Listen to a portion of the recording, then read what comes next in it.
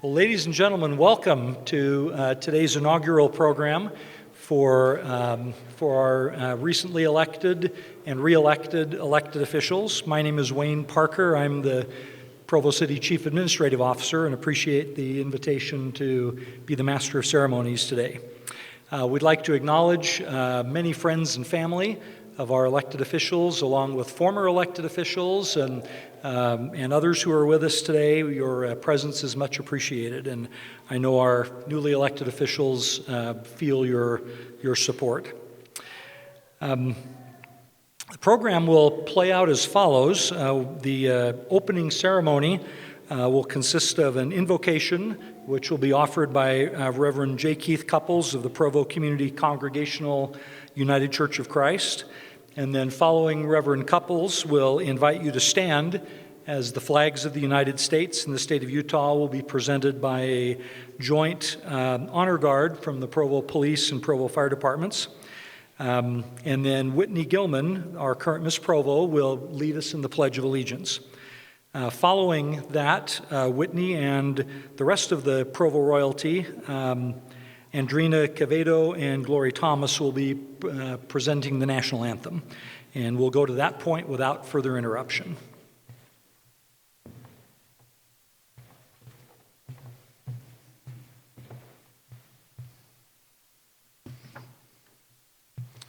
Your honored, distinguished guests, and gathered community, would you pray with me, please?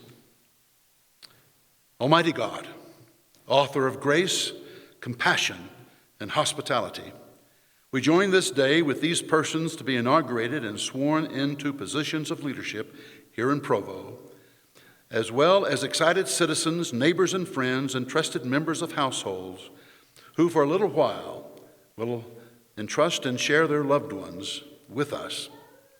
Heavenly Father, as these who have been elected to serve stand ready to take upon them the yoke of service, we invoke your holy presence to remind us of the sacred duty we take upon ourselves as these provide leadership to the community, support by the electorate for our leaders, compassion for the joys and sorrows of this great city, and humility and contrition as we, as leadership, as electorate, seek to approach the coming term mindful of our privilege and duty to do all the good we can to all the people we can in all the ways that we can for as often as we can. Holy God, we acknowledge that we are sorely in need of strong ethical leaders to go ahead of us, to show the way so that moral standards and perceptions of the many will be raised and so that they will serve better with the talents and graces that they have been given as they walk upon the path of service as servant leaders. Remind us, dear Father of life and truth, that hospitality is the virtue that allows us to break through the narrowness of our own fears as we open the doors to the stranger with the intuition that in welcoming the stranger, we will have opened our hearts to discover the more true meaning of community. Remind us, O God, that hospitality turns anxiety into a powerful witness, turns suspicion into generosity, and invites closed-minded sectarians into interested recipients of new ideas and insights. Lastly, we ask that you open the windows of heaven and pour out a blessing upon these who will soon take office and upon we who are now ready to entrust Provo to them, that we might become the community where the hospitality of neighborliness lifts all of the citizens of Provo to be able to achieve the desires of our hearts. Amen.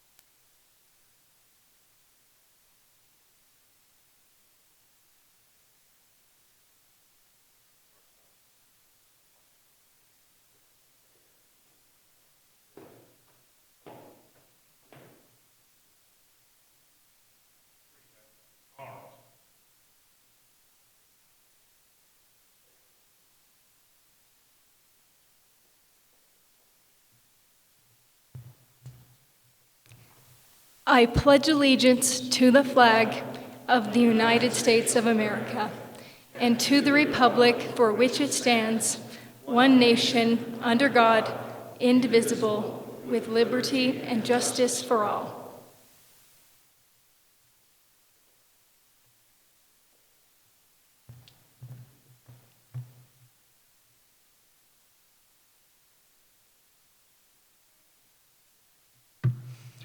Oh, say, can you see by the dawn's early light what so proudly we hailed at the twilight's last gleaming, whose broad stripes and bright stars through the perilous fight o'er the ramparts we watched were so gallantly streaming, and the rocket's red glare, the bombs bursting in air, gave proof through the night that our flag was still there.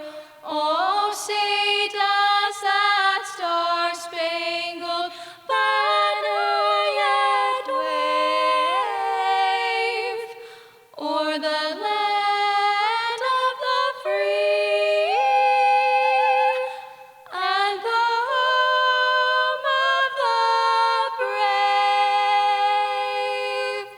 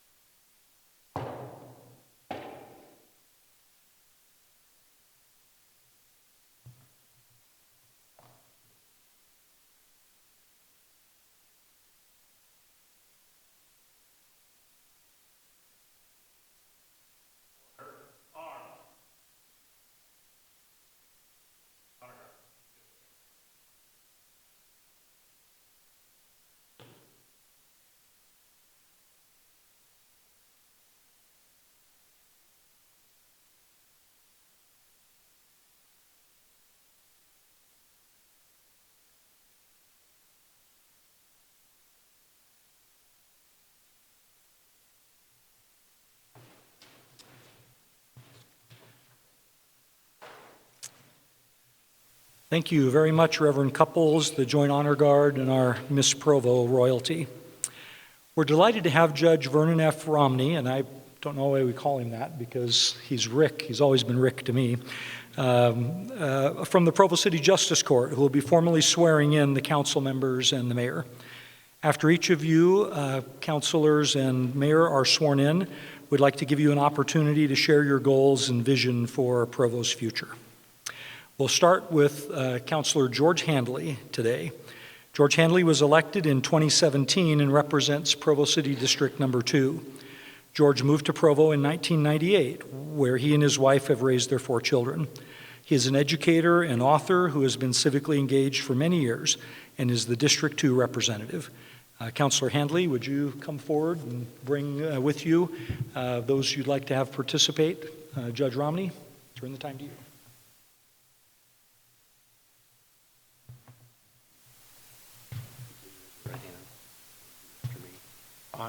I, George Handley, solemnly swear do solemnly swear that I will support, obey, and defend that I will support, obey, and defend the Constitution of the United States the Constitution of the United States and the Constitution of the State of Utah, and the Constitution of the State of Utah, and that I will discharge the duties of my office and that I will discharge the duties of my office with fidelity. with fidelity.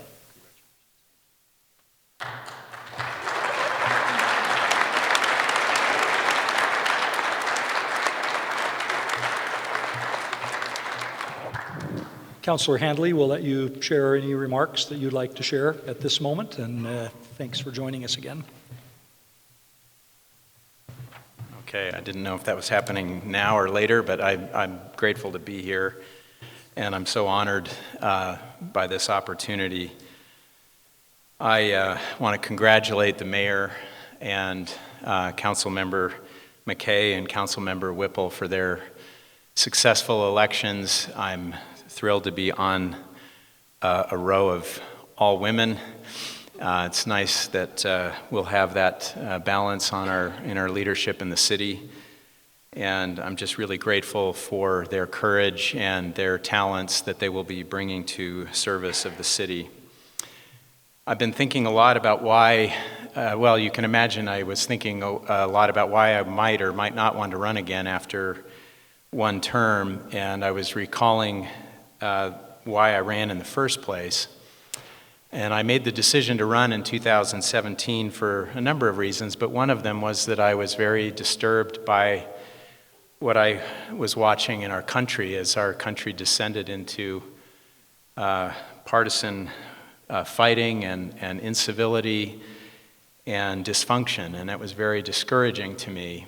And I thought that maybe if I ran for city council and tried to roll up my sleeves and do something in my local community, that would be good therapy, and it might actually be a better way to respond than to just be frustrated or filled with cynicism or anger.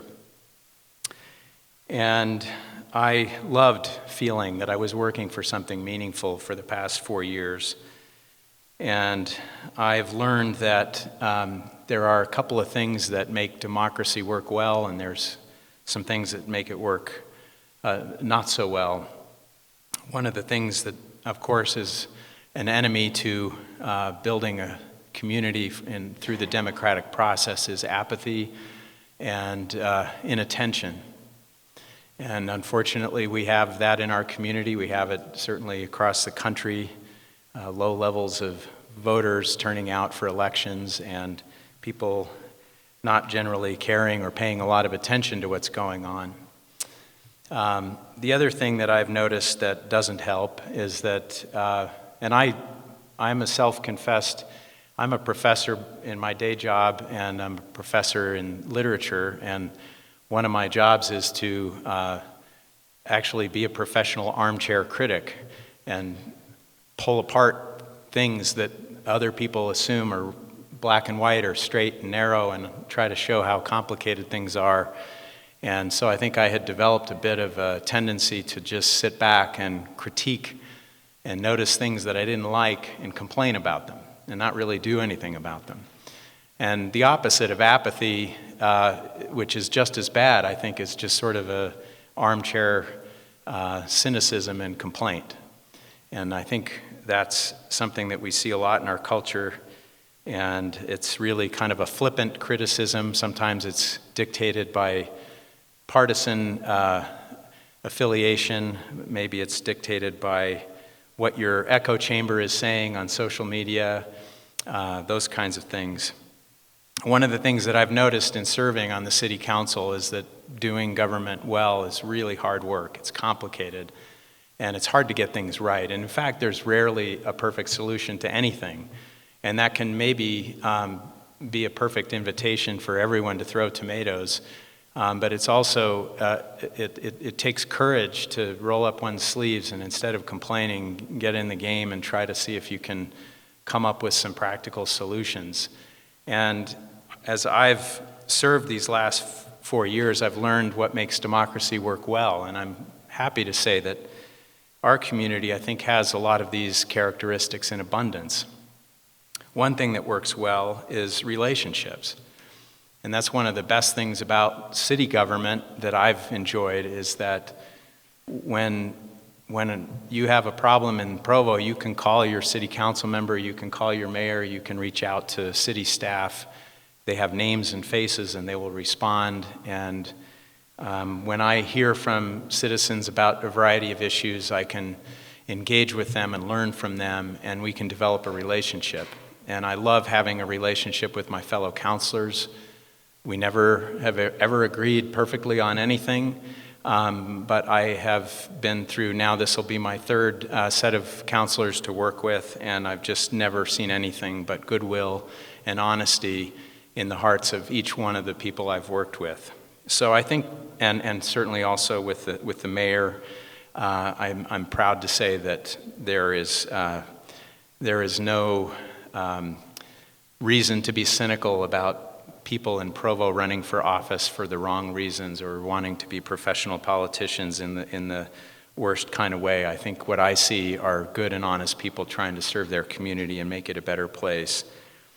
And I do know that good information helps government work better.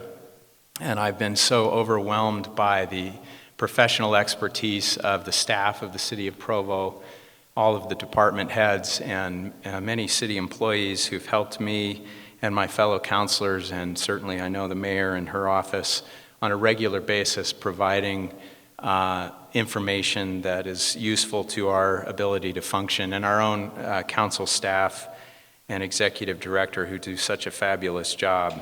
I don't think I had any appreciation really before I got elected at just the small army of people that help this city run well. And they really deserve our profound gratitude. And I'm humbled to have the opportunity to work with such wonderful people. And I tell people all the time that that's one of the main reasons why the city of Provo is in good hands.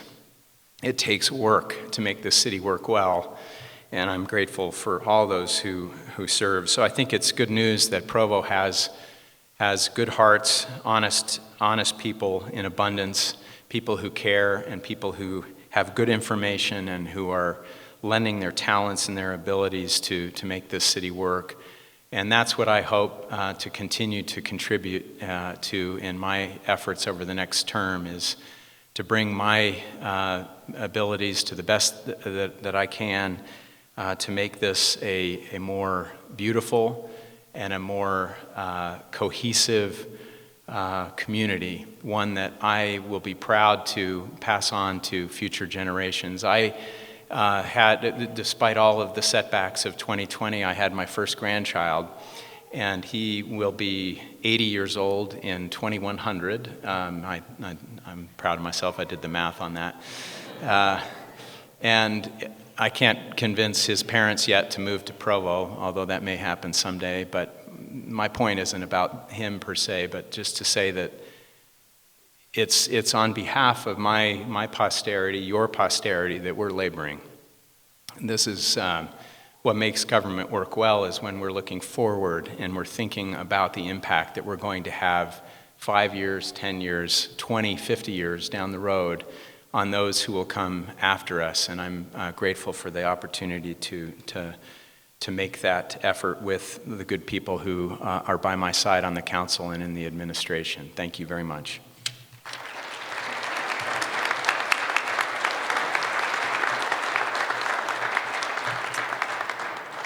Thank you, Councillor Handley. It's my privilege to introduce Rachel Whipple to you. Rachel was elected just in November of 2021 to represent Provo District 5. Rachel and her family moved to downtown Provo in 2009. Over the years, she has served on various city committees and on the boards of local nonprofit organizations. Rachel is a civil litigation attorney in Provo. She enjoys hiking, gardening, and textile arts. And we're thrilled to have Rachel representing Provo District 5. And we'll now invite her and those she'd like to come with her to step forward for the official swearing in, and then to share a few comments with us.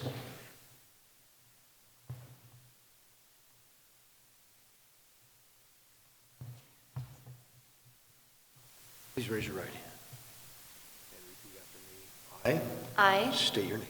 Rachel Whipple, Do solemnly swear do solemnly swear that I will support, obey, and defend that I will support, obey, and defend the Constitution of the United States the Constitution of the United States and the Constitution of the State of Utah, and the Constitution of the State of Utah, and that I will discharge the duties of my office and that I will discharge the duties of my office with fidelity. with fidelity.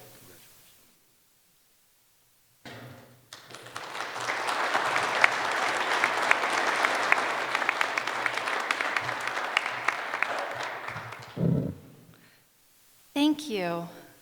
Thank you so much for being here and for making it possible for me to be here today. I never expected that I would be somebody who would run for public office.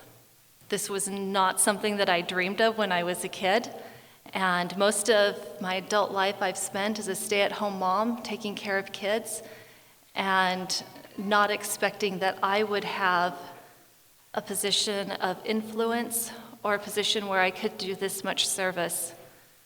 But the way I come to know and love someone or someplace is by serving them. We moved here in 2009, and I was delighted to find that Provo will welcome you if you want to show up and serve. If you're interested in transportation, in safety, if you're interested in how the police or fire department works or getting bike lanes in the city, if you care about your local schools, all you have to do is show up, and you will become part of the solution here. There are some places that are very exclusive, that will not allow people just to volunteer and become engaged. They have barriers erected, but that's not the case with Provo. With Provo, you show up and you do the work and you are welcomed to the table. And I found that the more that I've done here, the more I love Provo. I first served as a neighborhood vice chair in Mazer neighborhood.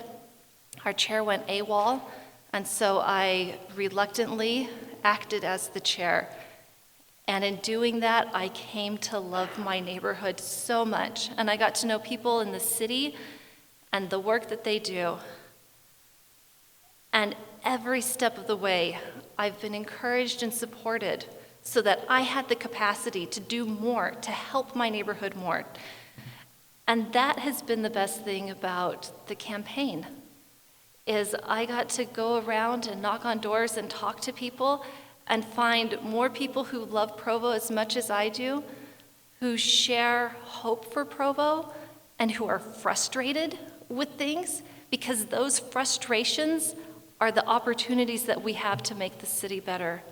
And I'm really grateful for the opportunity that I have to do this work and to be accountable to all of you as I make decisions, to justify those decisions, to tell you my reasoning, to tell you that I've worked to understand the issue and that I'm doing what I can in the best possible faith for the sustainable future of our city.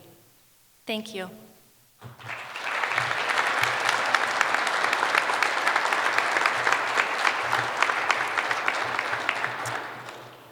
Let me now introduce you to Catrice McKay. Catrice grew up attending Edgemont Elementary, Farrer Middle School, and Timpview High School.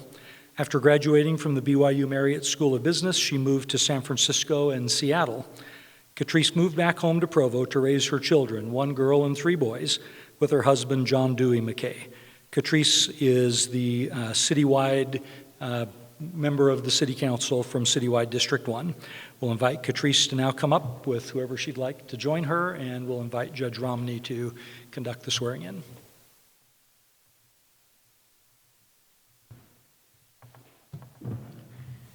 Please raise your right hand. I solemnly state your name. Catrice McKay. Do solemnly swear Do solemnly swear that I will support, obey, and defend that I will support, obey, and defend the Constitution of the United States the Constitution of the United States and the Constitution of the State of Utah, and the Constitution of the State of Utah, and that I will discharge the duties of my office and that I will discharge the duties of my office with fidelity. with fidelity.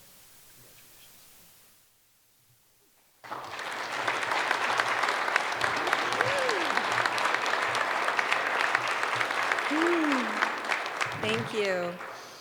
I have way less experience in these two as far as speaking publicly, so I'm just going to put that out there right now. I should have probably gone first. I'm so grateful that I just got to take that oath on the Constitution of our wonderful country. That truly thrills me. And it's a sacred document, and I look forward to defending it. Okay. I've enjoyed knocking all the doors in Provo.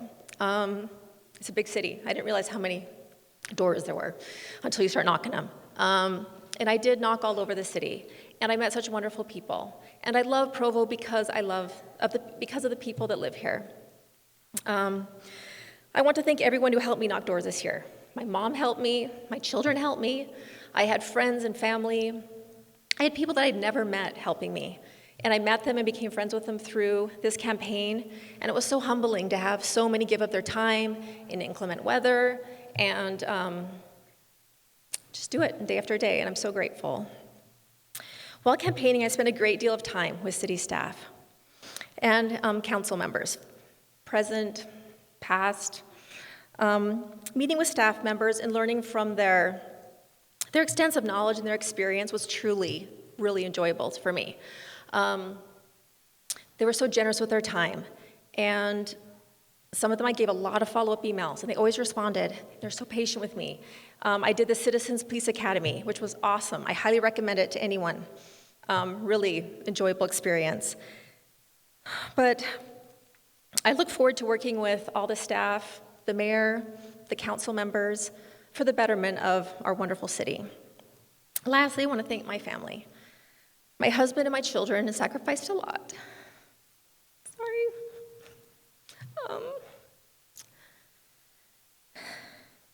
My husband spent a lot more time taking care of the house and kids than usual. And my kids complained a lot about council stuff. At the same time, they became very good at sign placement and knocking doors. So I think they got some skills there. I even cold called a gentleman who said, he said that he was voting for me simply because his grandson told him to. I'm like, oh, wow. He said, your son's in my grandson's class. I'm like, oh, wow. So my third grader, Ash, was doing a lot of campaigning for me too. So that at least got me one vote. This is my first foray into public service. Before now, I spent my free time in service to my children's schools, church, other nonprofits that have helped the community. But I'm humbled and excited to represent the people of Provo. I truly want to foster unity across our city, and I look forward to working with many of you to help accomplish this. Thank you.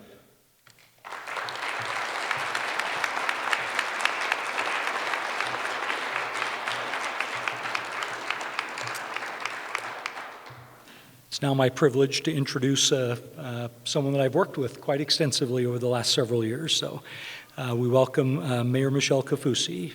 Michelle Cafusi is a Provo girl through and through, born and raised here, graduated from BYU, and eventually making history as Provo's first female mayor. Mayor Cafusi has been actively involved in community service since her children were young, serving on many boards and commissions. In November 2017, she made history as the first female mayor in Provo City. In 2019, Mayor Cafusi earned the distinction of being awarded the Informed Decision Maker of the Year award by the Kempsey Gardner Policy Institute at the University of Utah.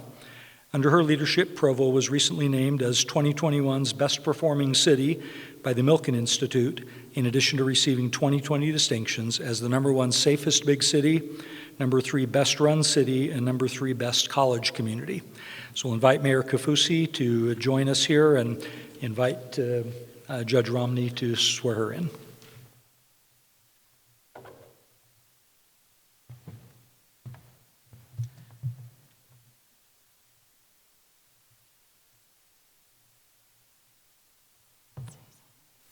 Raise your right hand and repeat after me. I state your name. Michelle Cafusi. Do solemnly swear Do solemnly swear that I will support, obey, and defend that I will support, obey, and defend the Constitution of the United States the Constitution of the United States and the Constitution of the State of Utah, and the Constitution of the State of Utah, and that I will discharge the duties of my office that I will discharge the duties in my office with fidelity. with fidelity. Thanks, Judge.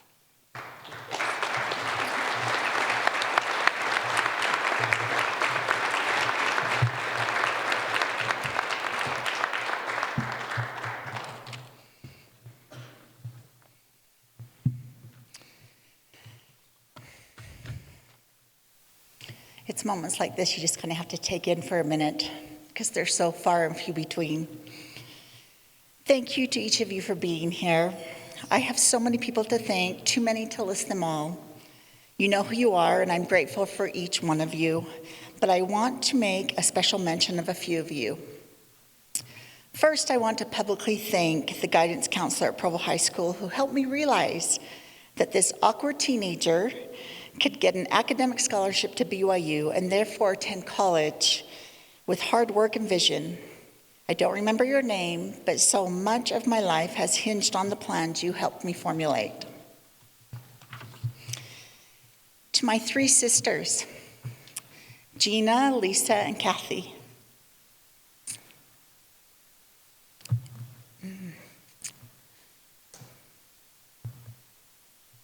In often unseen ways, each of you has been instrumental in my ability to make it through life and now serve as mayor.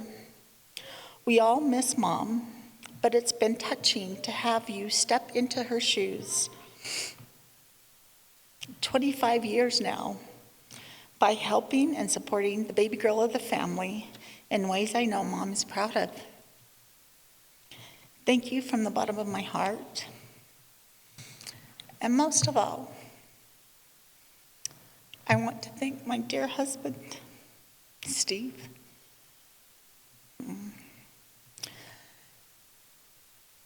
Without a kind, calming, patient, hardworking, and fiercely protective husband, I could not do what I do. I don't speak much of your native language, but I know one of the most important phrases, I love you, and I say it to you with all my heart, Ofa Atu.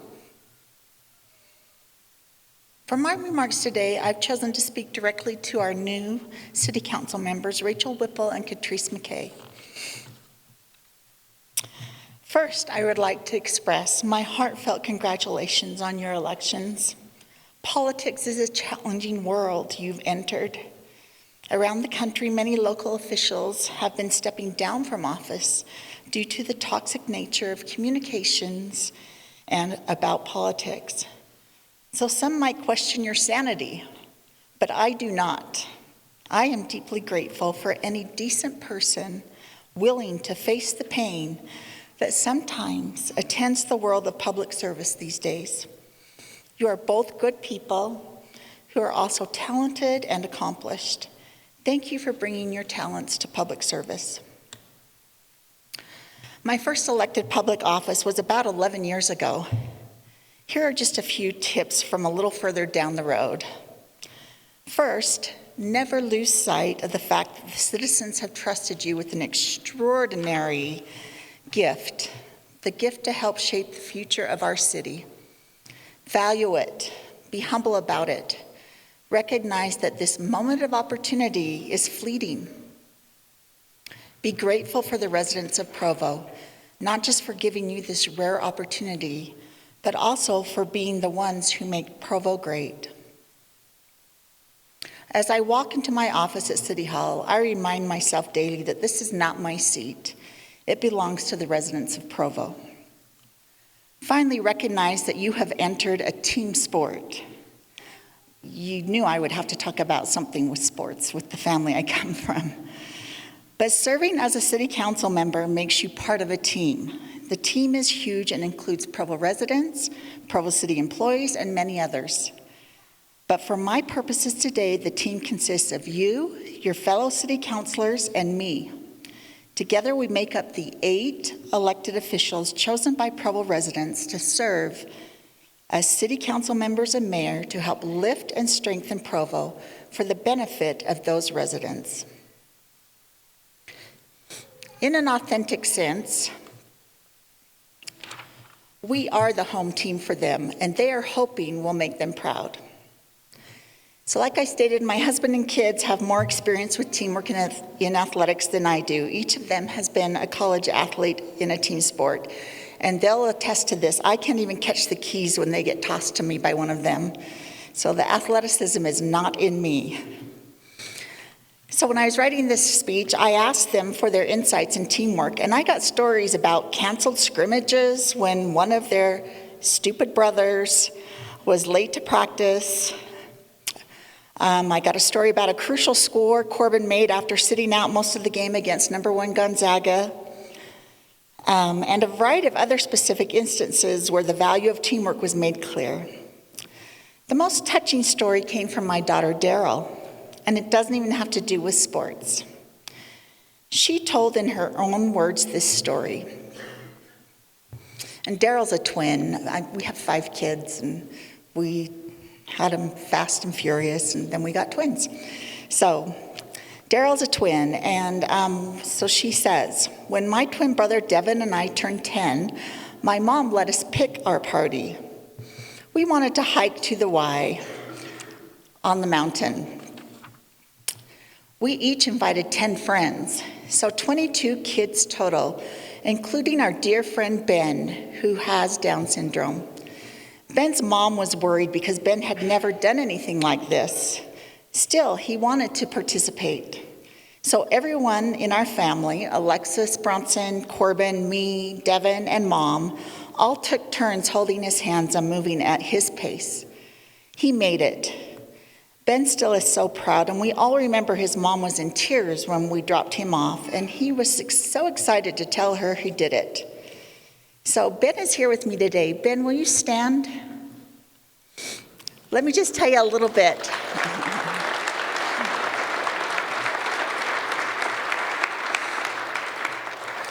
You just keep standing, Ben, because I'm going to brag about you for a minute. His mom tells me that after graduating from high school, he worked at New Skin to raise money for his service mission in Hawaii and is now studying at UVU, where he will earn his associate's degree next year. So please join me in applauding for Ben.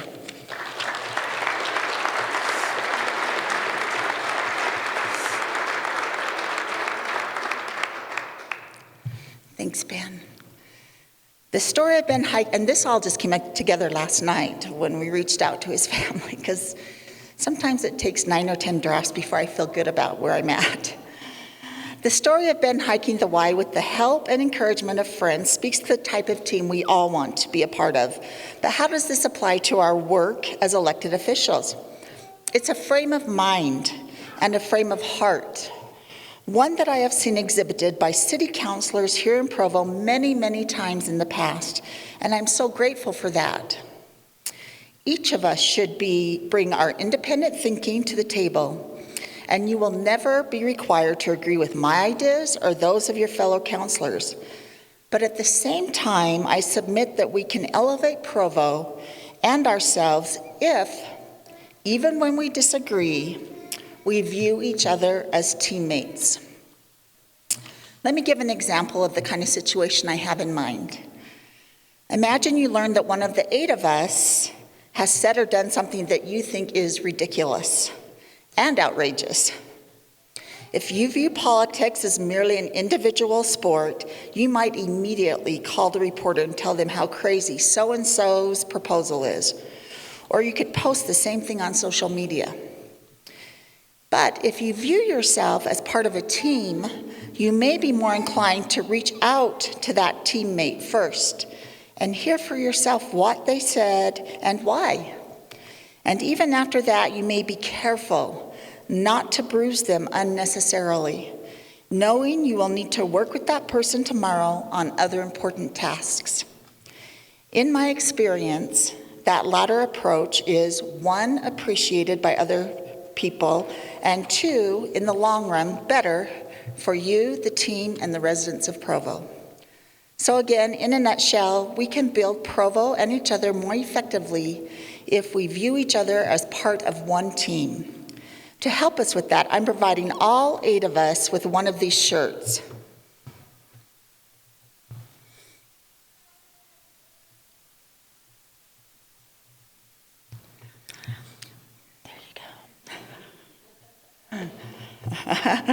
They show that we are all part of Team Provo. Catrice and Rachel, welcome to the team, and thank you.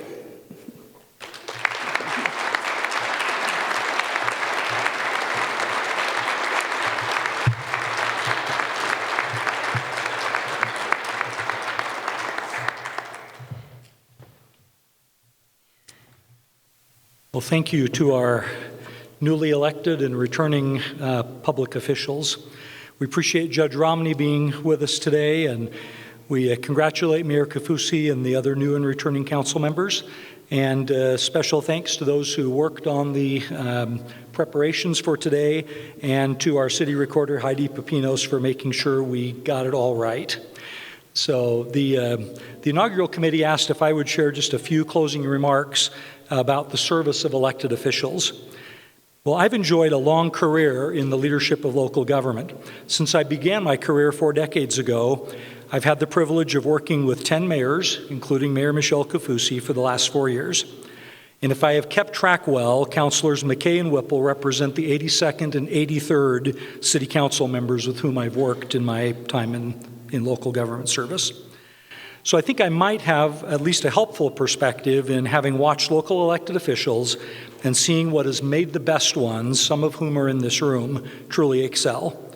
I'd like to share with our continuing and newly elected city officials just 3 commonalities that I've seen among the very best elected officials. The first is that they govern humbly.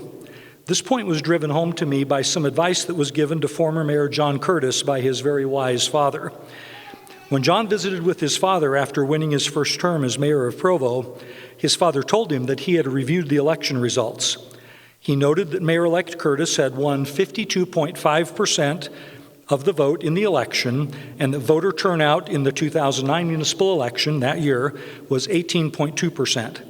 That meant that 90.4% of registered voters had not cast their ballot for John Curtis. His advice to his son was to always remember that he represented all of those registered voters, not just the small minority who voted for him, and that results like this could never be considered a mandate. Well, many times during the 8 years we worked together, he reflected on that advice, and I watched him work hard to govern humbly, recognizing that he had to serve all of his residents, whether they liked him or not. Governing humbly can be a challenge, and it's sometimes counterintuitive for many elected officials, but it is crucial to success. The second observation, and this is one Mayor Cafusi and I did not compare notes on our remarks, but let me just emphasize a couple of points she made, that the best and brightest elected officials are they that are communicative and collaborative. It's a human tendency to want to achieve things all on our own, but that approach to governing is a recipe for difficulty and frustration. Those who are most successful collaborate with others to achieve their goals. Communicating effectively begins first and foremost with listening. Excellent elected officials listen to their constituents, to their colleagues, and to the subject matter experts, and to those who are impacted by their decisions. I hope our elected officials frequently share what they're learning with the city's many stakeholders. Their personal commitment to communication and collaboration makes all the difference in how well they achieve their aims. I'd like to illustrate my final observation by a story that I've shared with many city employees over the years. During my internship after graduate school in Kansas City, Missouri, one afternoon the city manager came and got me out of my office to join him on a visit to the Kansas City Transit Maintenance Facility, which was known affectionately as the KC Bus Barn. After a briefing in the offices of the bus barn, Mr. Kipp asked if he could see the work of some of the mechanics. He walked underneath a bus that was elevated by a hydraulic lift and asked the city employee what he was doing. The employee said that he was repairing the brakes on the bus. Mr. Kipp looked intently up under the bus and said, "No, that's not what you're doing." The employee responded with, and you'll appreciate this from some of the mechanics we all know, "Look, Mr. Big Shot, I know buses and I know brakes, and I'm fixing the brakes on this bus." Mr. Kipp replied, "No, you are not just fixing the brakes on this bus. You are making sure that my neighbor, Mrs. Johnson, can ride from her home to her job downtown and back home again safely and on time to feed her kids dinner, help with homework, and get them into bed. That's what you're doing with this bus today." Now, that experience with Bob Kipp changed my view of what cities should be about. Cities are the defenders, the facilitators, and the stewards of our quality of life. Our elected officials are the ones who hold the primary stewardship of a city's quality of life, always. The entire city team works every day to preserve and enhance the quality of life in Provo, but the elected officials make the decisions, set policies, and provide resources that allow them to do that. I have come to see this stewardship role much as a sacred trust. People choose to move to and make a home in a community because of the quality of life it fosters and provides. So my final observation is that truly great elected officials embrace their stewardship of their community's quality of life. I hope our elected officials consider that stewardship in all of their deliberations and decisions. My family, their families, and our friends and neighbors expect us as city officials to do nothing less. Well, for our mayor and city council and other elected officials who are with us today, you've embarked on a noble pursuit. It will be among the most challenging of your adult lives, in large measure because you will not please all of your constituents all the time. There will be way more criticism than praise, no matter how well you do your job. But it will matter to you what legacy you leave behind. And you'll come to understand in new ways that, as Theodore Roosevelt so aptly put it in one of my favorite Rooseveltisms, far and away the best prize that life has to offer is the chance to work hard at work worth doing. Your time in service as an elected official is extraordinarily hard work, but it is work worth doing well. Well, thank you. I look forward to working with each of our elected officials as we work in our respective roles to make life better in Provo. Well, thank you all for joining us today. We hope you'll take a few minutes afterward to stop and partake of a little refreshment and visit with our mayor and council members. And with that, we stand adjourned and grateful again for your attendance today. Thank you.